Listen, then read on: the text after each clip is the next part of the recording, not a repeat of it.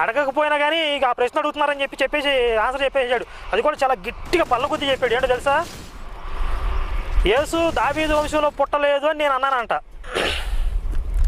యేసు దావీదు వంశంలో పుట్టలేదు అని అంటున్నాడు, కానీ యేసు దావీదు వంశంలోనే పుట్టాడు అని కొండ బద్దలు కొట్టి చించేసుకుని దానికి ఆన్సర్ చెప్పాడు. ఎవడు అడిగాడు నిన్ను యేసు దావీదు వంశంలో పుట్టలేదని?